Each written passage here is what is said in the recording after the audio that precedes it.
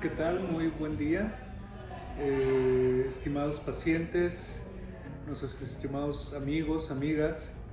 Hoy, como las veces que me presento ante ustedes, quiero pues enviarles un cordial saludo, agradecerles por su confianza y como siempre, ante todo, pedirles una disculpa a todo aquel paciente donde nuestro proceder o nuestra manera de tratarles no haya dado los resultados esperados. Desde hace 2 meses que no hablábamos y en ese transcurso tuvimos por ahí 3 pacientitos que no obtuvimos los resultados queridos, tuvieron algunas complicaciones, se resolvieron afortunadamente, pero pues es importante siempre mantenerlos al tanto y decirles que nuestro compromiso siempre es su salud a pesar de las dificultades.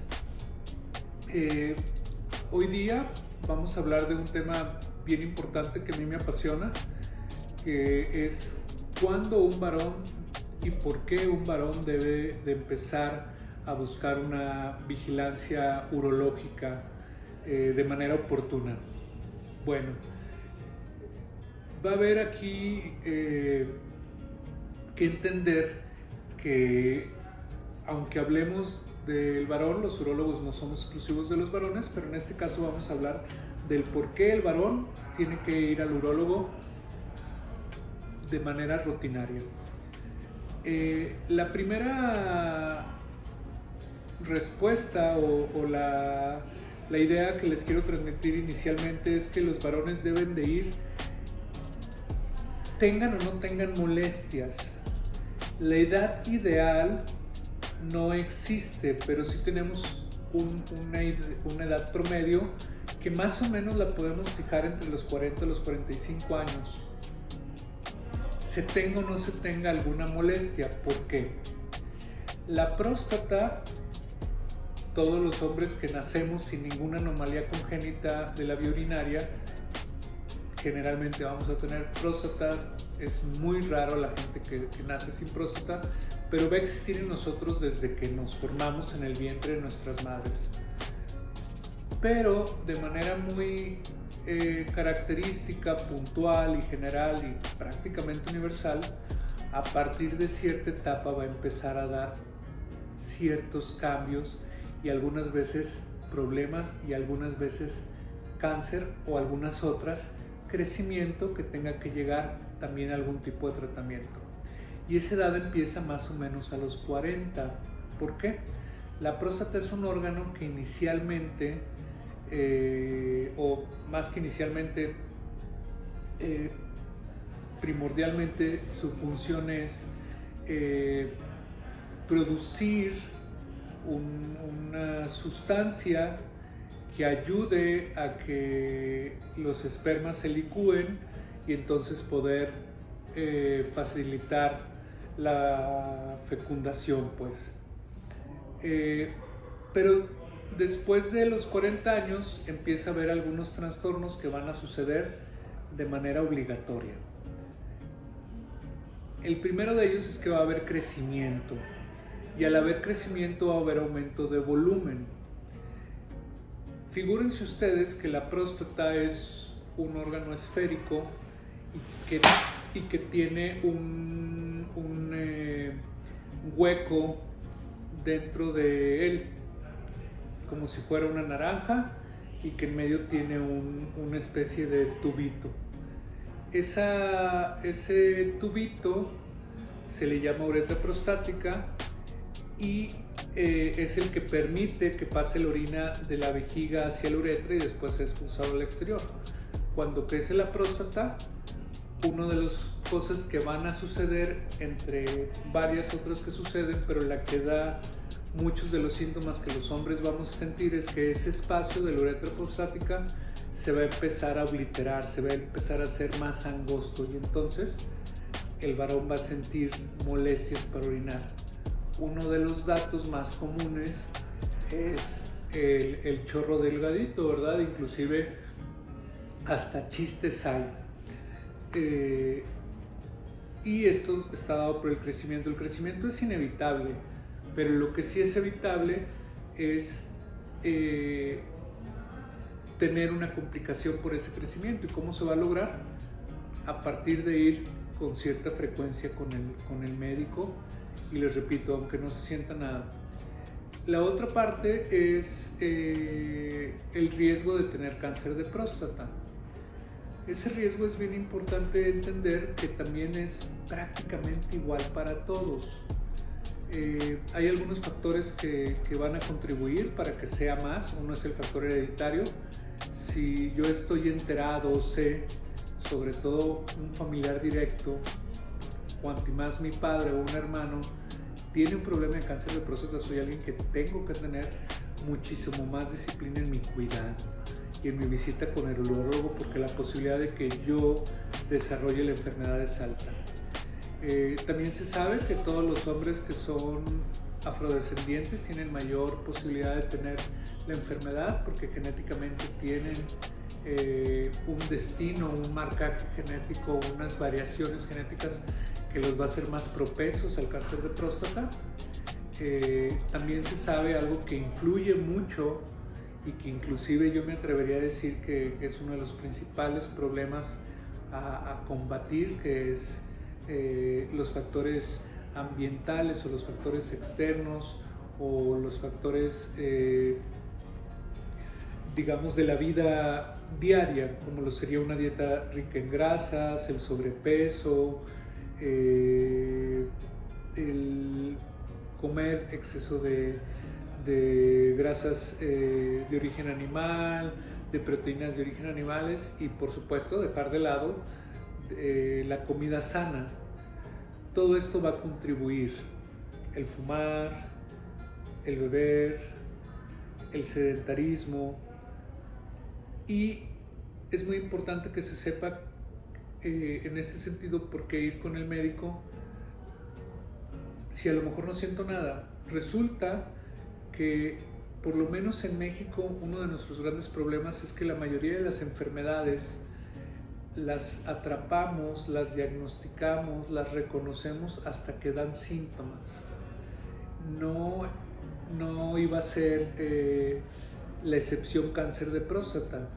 Y en específico en cáncer de próstata, muchas veces cuando un paciente ya siente problemas, hay sangrado al orinar, hay malestares, hay pérdida de peso, hay síntomas pues, que nos llevan a la consulta, desafortunadamente podría ser muy tarde. En México la manera de diagnosticarlo, o el momento, mejor dicho, en que lo diagnosticamos está invertido.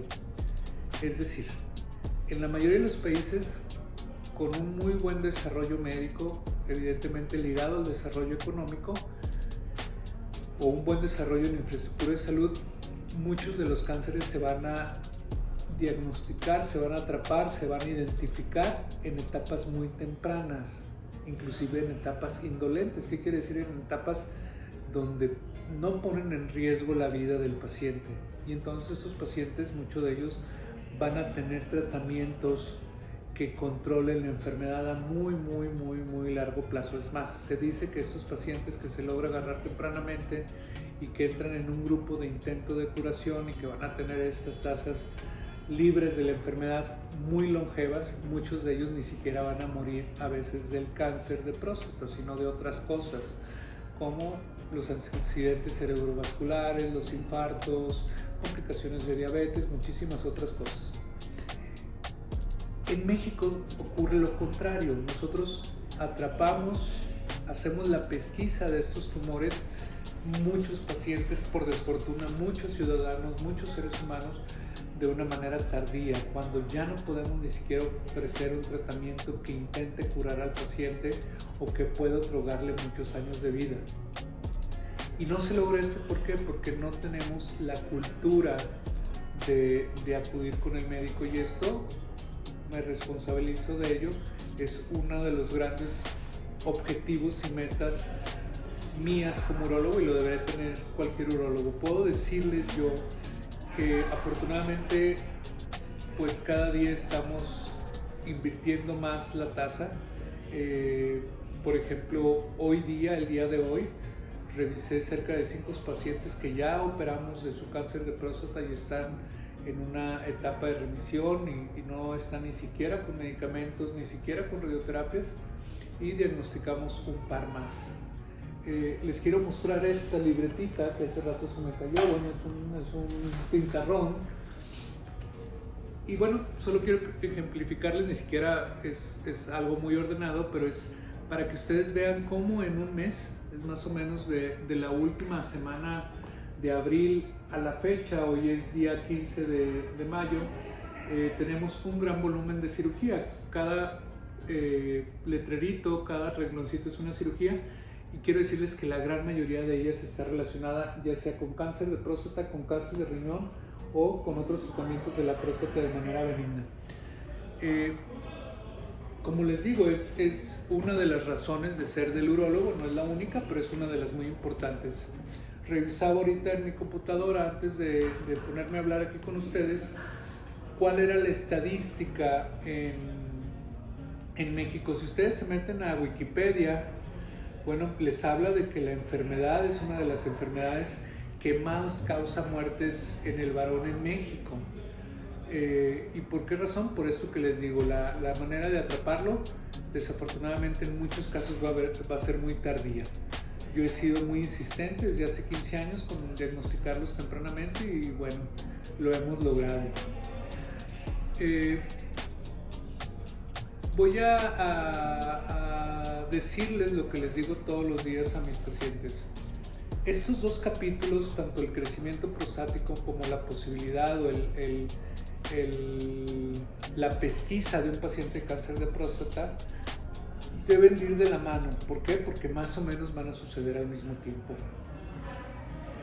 También es bien importante que sepan que si yo recibí un tratamiento previo, por ejemplo, para crecimiento prostático, ya sea a través de medicamentos que se toman por la boca, que son los más comunes, o llámese cualquier tipo de cirugía de la próstata, esto no me quita del riesgo o no debe ser causa por la cual ya no me tengo que vigilar.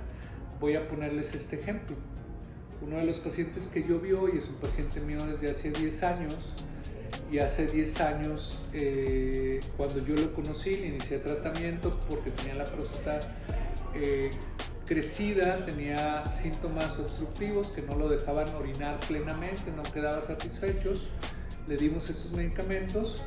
A los 5 años después del tratamiento, él dejó de responder a los medicamentos porque la próstata sigue creciendo, y entonces eso va a ser perjudicial para que un fármaco siga o no funcionando, y entonces empezó a tener síntomas mucho más severos y dejó de responder a los medicamentos. Le ofrecemos una cirugía para quitar lo obstruido de esa próstata. A esto se le llama resección transuretral de la próstata. Todos los procedimientos que se dediquen a mejorar la calidad urinaria basan el principio en remover la mayor parte de tejido al interior de la próstata para que se quede una cápsula delgada y se quede un hueco, una luz en ese tubo que se llama uretra prostática lo más grande posible, y entonces orinen mejor. Bueno, se le hizo el que ustedes gusten de estos tratamientos. El paciente siguió en vigilancia con nosotros y hace más o menos 3 meses inició con elevación de antígeno. Este paciente se le hizo un estudio muy sofisticado que se llama resonancia magnética, donde nos dijo que probablemente tenía una lesión muy sospechosa de cáncer. Se hizo una biopsia dirigida a ese sitio, la biopsia dio positivo a cáncer. Después de hacer varios estudios para valorar si ese paciente se vería beneficiado o no con una cirugía, concluimos en que sí se vería beneficiado, lo operamos y hoy día me trajo su resultado positivo a cáncer, confirmando la biopsia que se había hecho previamente. Y bueno, pues este es un ejemplo claro que un paciente puede pasar por todo, ¿no? Desde recibir medicamento para orinar mal, desde recibir una cirugía y después comprobarse un cáncer y no porque hace 10 años o hace 5 no lo haya tenido, sino porque es algo que puede ir cambiando. De hecho, gran parte de la base del tratamiento y de identificación de estos tumores hoy día lo sabemos que tiene que ver mucho las mutaciones genéticas. Entonces, en conclusión, ¿debo yo, varón, revisarme a partir de qué edad? Creo yo que una buena edad es los 40 años. ¿La única causa será porque orino mal? No.